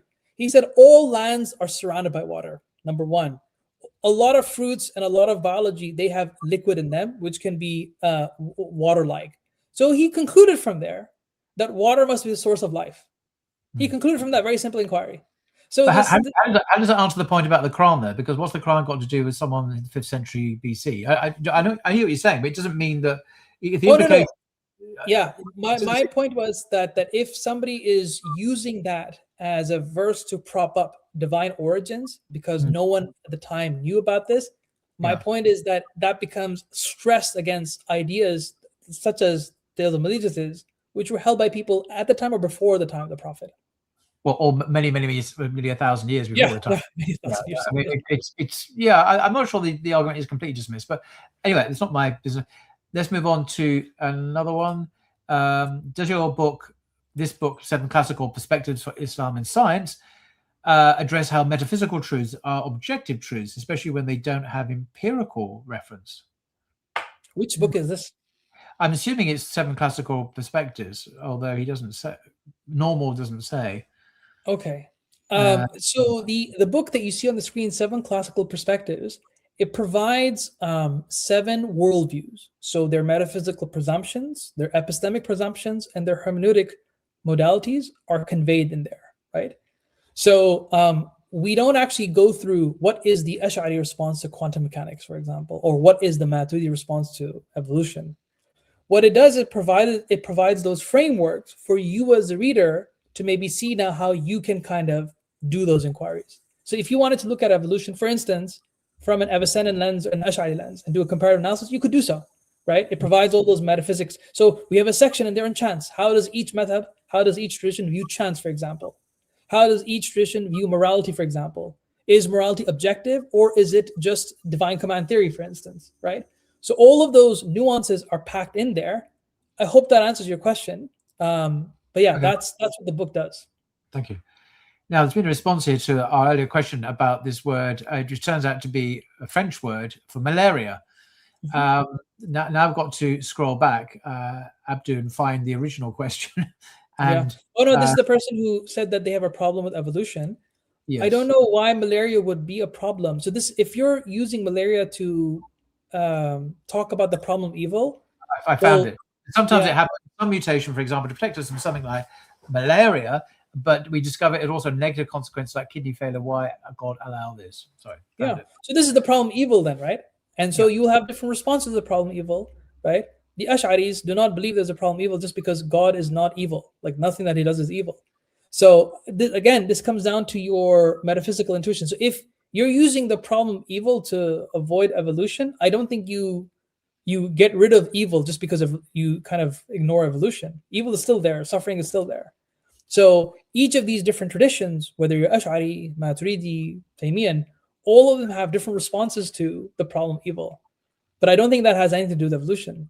Evolution is just a process on how different biological forms emerge. But the problem evil just doesn't die because one denies evolution. Of course. As a comment, really, parental pressure for high-earning roles like medicine and law is killing Muslim scientific scholarship. We've traded the pursuit of knowledge for the family-industrial complex as opposed to the military-industrial complex, I suppose. So, Haji, I can speak to this from a personal angle. So I've been through that complex, right? If you want to use that terminology, and you know, there is some truth that most Muslim families support children going into engineering, medicine, or business because they're the secure routes, right? And to be honest, they are the secure routes for the most part. Doctors get paid well, engineers get paid well, right? And that's because, you know, economies are not going to be nice to you, right? It's a rough world out there. I'll be very frank. So when I finished my PhD in chemical engineering, I knew that I just did not want to be a chemical engineer anymore. I just knew that, right?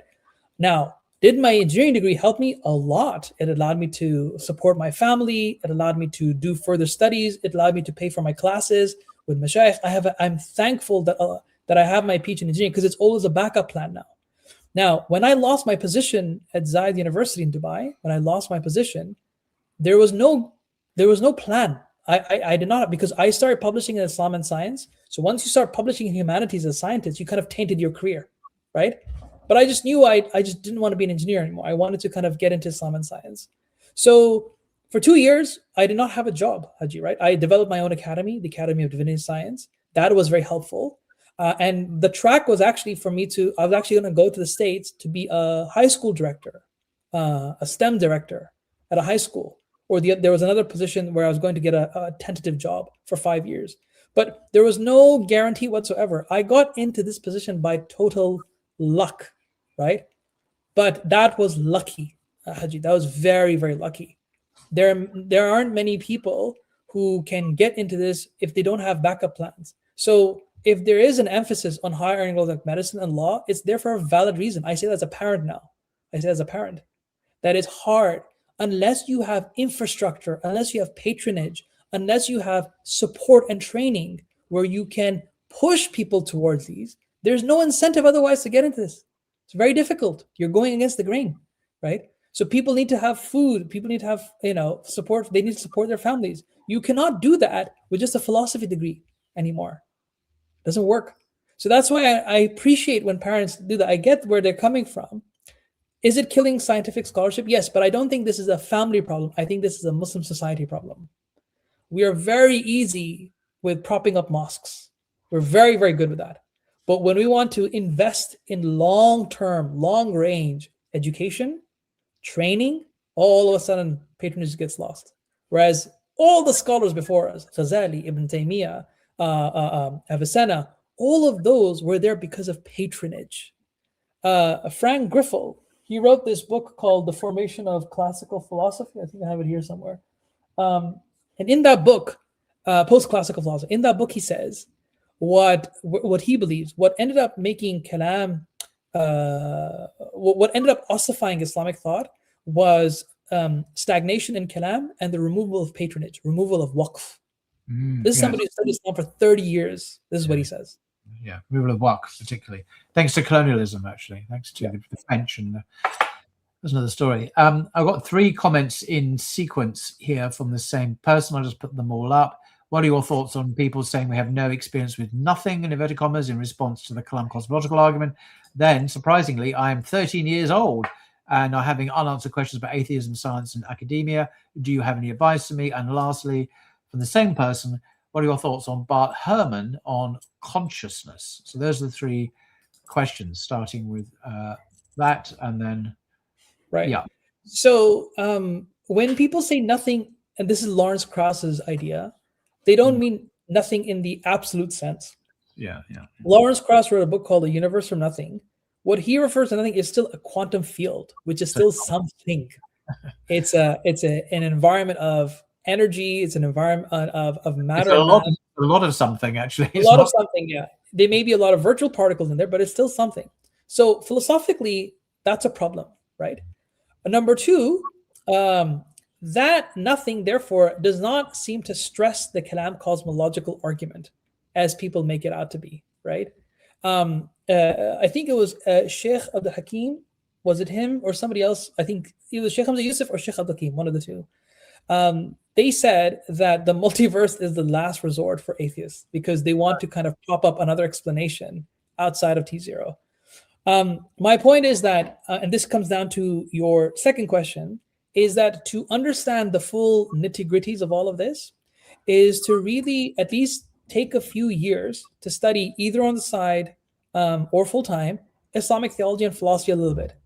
It'll give you the tools, the intellectual tools, to be able to address a lot of these questions, right?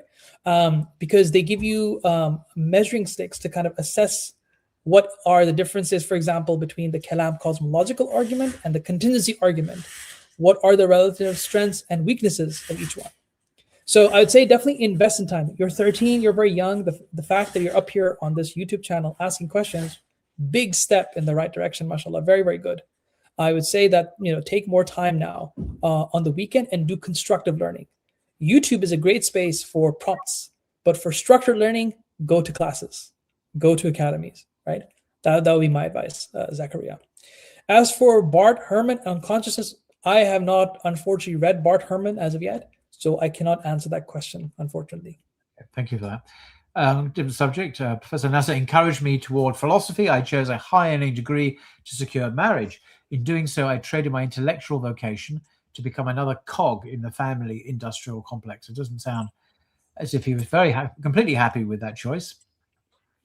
Alhamdulillah. Well, okay. I'm glad if that was an edifying process, mashallah. In respect to the origin of Adam, what's Islam's position on human versus Homo sapiens? I remember the professor's previous book has content on this. It sure does. This is the book, Islam and Evolution, Al-Ghazali and the Modern Evolutionary Paradigm. I think it's available also for free online, or you can get your own copy. Yeah. I would say, Brian, if you wanted, there's a full video that we've done on this. This video was done 4 years ago now, but I can't believe we're hitting 5, Paul. Where it was done 4 years ago. It gives the full explanation, and I recommend have a look at that. If you're not into reading, that's an accessible video. Okay, why is there no book that explains the contributions of philosophers such as Ibn Taymiyyah, Ghazali, Ibn Khaldun, Al-Qadiyah? But I thought there was such a book. There are plenty, yeah. There are plenty of books.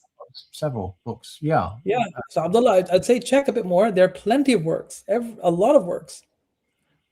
Then he carries on, actually, and the errors of each of them and the role played in the development of philosophy. Yeah, such books do exist. Yeah, even there, I'd say, yeah, definitely pay attention to maybe some of the literature. You'll find a lot. I don't know who that is. Check with mommy. Check with mommy. She's sleeping. Oh, sorry. 1 second. We have. Just give me 1 second, Paul. I just need to go downstairs. Just give me 1 second. No worries.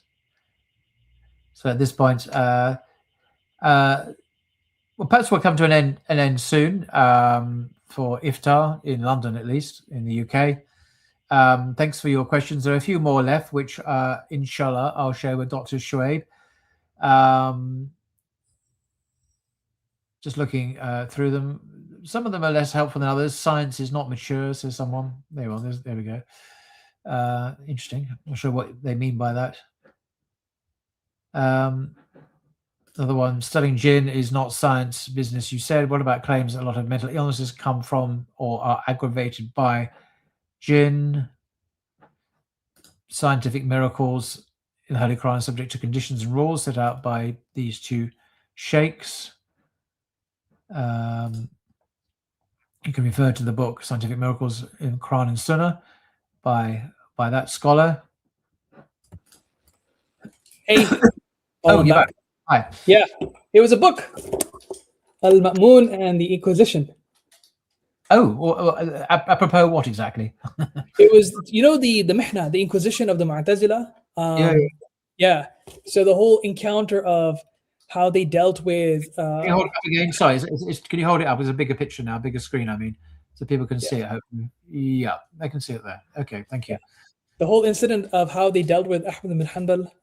That's that situation. So the whole issue of is the Quran created, yes or no? That's what came through today. Perfect.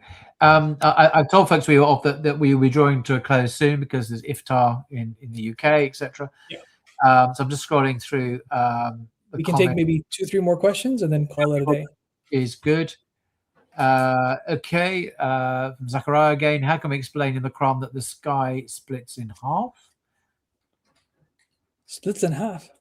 The sky? I think he means the moon, or she means the moon. No, but right. Okay.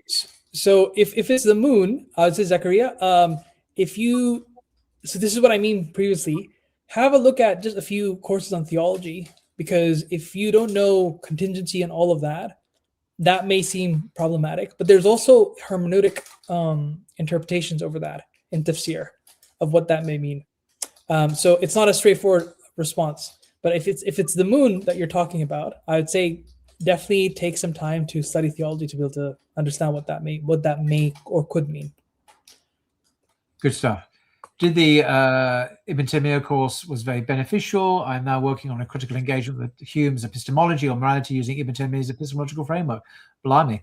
Okay, didn't see those two being brought together, but that's. I think he's referring to a course that we did with Jamie. Jamie did a course on Ibn Taymiyyah. Right, because we did a course on BTA as well. So I was quite sure. Oh, okay, mashallah, very good. With Subki. Just scrolling through. Someone says regarding the problem of evil, read Ibn Taymiyyah's book Divine Justice and Qayyim's Divine Wisdom. That's a very good book. Regarding Darwinism, read Dr. Haytham's Talats. Okay, I've not read that one. Scrolling through, if a non-Muslim asked from us, what is the miracle of the Quran? If we say it cannot be limited, they say, will AI? Can AI imitate it, basically? Okay, imitate, yeah. So this is a question at the moment that I'm currently investigating on the whether AI can imitate the Quran, yes or no. And I would say that I think the Sunni response will be no, but the how and why is still being determined, I would say. Right. So, for example, the reason why I say Sunni response is because we had a conference last year on i'jaz, right? So what is the i'jaz, the miraculous nature of the Quran? And there was a scholar, Sharif al-Murtada, right? It's a Shi'i scholar, very prominent Shi'i scholar. Murtada believed that the miracle of the prophets were local to their audiences. So they're not global in time, which means that if somebody were to imitate the Quran later on after the prophet's time, it's possible. It's possible. So that global versus local position becomes important. Okay. The next one. Israel Academy of Divinity and Science has leg now. Okay. Does it exist? Yes, it does. Unfortunately, the website is down. We use WordPress, and WordPress got, I think, hacked a few months ago. So we're redoing the whole website. Oh my God, I don't know that. Yeah. Terrible. Yeah. So we have to redo our website. Yeah. So I haven't gotten around to it, but it's not up at the moment. watch that space. Question for me, is Halak still coming on BT? Yes, inshallah. He's had to postpone it for various reasons he went into. But yeah, it's a postponement rather than a cancellation. So when I get further information from Professor Halak from Columbia University, then I will let everyone know, inshallah. So yeah, thank you for that question. I did post about it on all my platforms. Just scrolling then. Did anything good? Brother,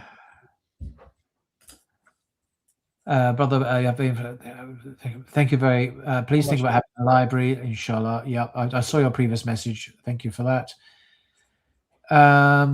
Okay, penultimate question here. How can we contact Dr. Ahmed and ask him some questions? If you go onto University of Edinburgh and type my name, my email address is on that website. So just reach out to me there, inshallah, on that email. Okay, thank you. And perhaps the last question, a big philosophical one: why can't the universe be eternal? If you go with the logic of the Kalam cosmological argument, the idea here is that you cannot have a traversal of infinite time, right? So because it leads to certain contradictions, paradoxes. So here's an example. Oh, I don't know. I can't use drawing here, right? There's no like drawing board here. No, there's no drawing board here. So imagine if you have a distance A to B, right? And if you wanted to traverse, so you can think of these as each moments in time, right? If you wanted to go from A to B, you need to cross the midpoint, which is B, right? If you wanted to go from A to the midpoint, you have to reach its midpoint. Now, if this were to divide forever, you would never be able to go from here to here, right? Yeah. So because of certain paradoxes like that, some people say that there cannot be an eternal universe. That's at least according to some developments in trying to defend the KCA, the Kalam cosmological argument. Yeah, brilliant. Well, leave it there. Thank you very much. And I'll just put up from the very last time. So share screen, sorry. Okay, everyone can see that now. Good. So we have also been discussing 7 classical perspectives for Islam and science, edited by our very own Dr. Shoaib. This will be available for free, probably around April the 10th. It's also available for ordering a physical copy. You can go to the website now and view the description, of course. This is the website in Routledge. Just type in Routledge, who are a publisher, and 7 classical perspectives for Islam and science, and you will find this page I'm looking at now. And we've been discussing the table of contents, 7 chapters, looking at the various Islamic traditions and their responses to the whole topic of Islam and science, written by experts in the field. This is a very significant scholarly contribution to the whole topic of Islam and science, pointing out the great diversity of perspectives, not just one perspective. I personally like chapter 7, the chapter on Ibn Taymiyyah. He's been taken seriously as you should be, as a contributor to our understanding of life and the universe, everything, along with the other great scholars as well, like Razi and Ibn Rushd, etc. So this is a very important work. I do encourage people to get hold of a copy, either a free one or purchase your own physical copy, inshallah. Sure. Any final words at all before we close? No, I just want to say thank you for everyone who tuned in, and apologies if some of the responses either did not hit the mark or partially hit the mark. If you wanted to follow up, please do follow up. Both of us are fasting, so if something didn't just come through clearly, please reach out to us, and we'll be more than happy to answer. But forgive us for any neglect or lack of clarity. But I wish you well in the remaining days of Ramadan, and an advanced Eid Mubarak to everyone, inshallah. Thank you so much, Dr. Shoaib. Fantastic live stream. I hope people have benefited from it. Obviously, some people might be watching this as a recording on BT. Please leave your comments and any further comments you have. So thank you very much. Assalamu alaikum, everyone. So.